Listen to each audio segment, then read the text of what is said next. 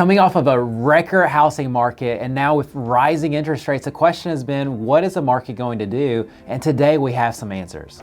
First up is new listings are relatively flat year over year with a 0.9% increase from 1,474 new listings in September of 2022 versus 1,461 for September 2021.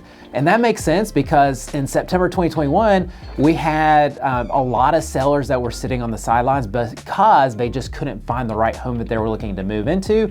Now we have some sellers that are sitting on the sidelines because they are locked in at a great rate in the high 2s or low 3s, and they are looking to stay in their home as interest rates are beginning to rise. Our pending sales numbers are also in, and those numbers are expectedly coming down with a 13.7% year over year drop, 1,275 to 1,100. And the reason for that is a couple of things. Number one is we're coming off of a record hot market and we're starting to normalize in terms of sales. And then of course, the higher interest rates are pushing a lot of buyers out of the market due to affordability. With pending sales down, you would also expect closed sales to be down as well, which is the case. We're looking at 13.9% drop, 1,506 versus 1,297. Which is not quite as aggressive as I'm hearing in some parts of the country. And in Canada, I'm hearing 15, 20, and sometimes even as high as 30% drops. Expect that number, closed sales and pending sales, to continue to decline as the Fed continues to raise interest rates. It's predicted that overall sales may drop another 15 to 20% going into 2023. With fewer pending sales, fewer closings as well, and the fact that we've had record low days on market, you would expect it for that number to finally start to come up, and it is starting to inch up slowly. It was down to a record low of 13 days on market. Now we're up to 19. Still nowhere close to a healthy market in terms of a buyer-seller demand balance, but we're moving in that right positive direction. As affordability continues to be a challenge, the average sales price is up year over year, 8.8% from about 305 to a little over 332. But the good news is it has come down from previous highs over the last couple of months, which is normal. You know, during the summer timeframe, you are going to have a peak in sales prices, but it is going down in the positive direction due to affordability. So a lot of buyers are moving their price points down from higher price points to lower price points to combat that affordability challenge with higher interest rates. Another positive sign for buyers and just the general health of the real estate market is the percent of list price received is down 1.8%. Therefore, over a year, we were receiving over 100% list to sales ratios.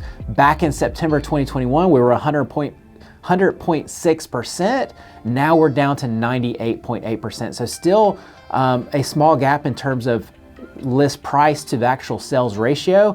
However, 98.8% headed in the right direction. Just as a general rule of thumb, 97% is kind of a really good, healthy mix between list sales price and actual ratio. It gives you enough negotiation room for the buyer to come in, offer closing costs, typical concessions. So 97% is the number that we're looking for. And I think we're going to likely see that over the next 1 to 2 quarters. Unfortunately, housing affordability continues to be down. It is down 29.4% for single family residences. Over the last year, we're down from 126 down below 89. And just a quick refresher, 100 is kind of the average number. So the average salary can buy the average home in Huntsville. So unfortunately, the average income can no longer afford the average single family home here in Huntsville. The positive side is that we are still above 100 for townhomes and condos. That number is at 113. One thing that our market has really lacked is a lot of great townhome and condo options for our community. And one of the reasons for that is just we've had such affordable housing for single family homes. There hasn't been the big need and push for townhome and community and condo type communities. But expect to see that going forward. As I'm talking to builders, we hear rumors of a lot of townhome projects coming online. And with affordability starting to dip for single family homes, that's going to be a key component to keeping homes affordable here in the Huntsville area over the next quarter and really over the next several years and probably for the next decade here in the Huntsville market. With pending sales down, closings down, days on market starting to creep up, you would expect listings to begin to increase, and that is exactly what we're seeing. Fortunately, inventory is up 83.3% year over year.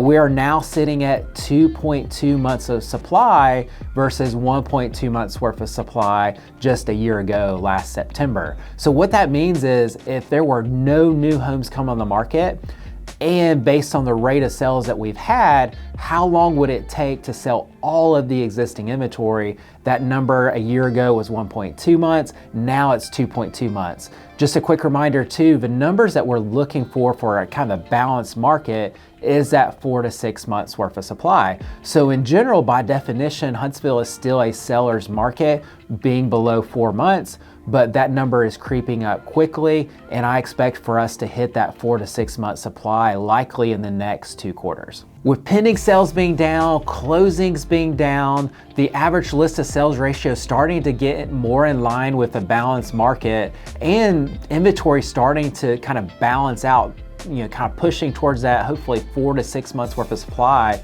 over the next 2 quarters, a lot of savvy buyers are looking to take advantage of this market in a way that they haven't been able to in the past, as multiple bid situations have kept some buyers on the sidelines. So a lot of savvy buyers are looking at new construction with that glut of inventory that builders have right now. Talking to a lot of builders, they're wanting to get that inventory liquidated. A lot of them have a mandate to get it liquidated before the end of the year. So my advice is, especially if you're looking at new construction, try to take advantage of that opportunity now as they're offering incentives and they have that supply, because it's very likely over the next 2 to 3 quarters that new construction supply in this market goes down dramatically. And the reason for that is builders putting a lot of new build efforts on hold, and some of them are turning those what would be new communities into build-to-rent communities. So switching from for sale properties to rental communities.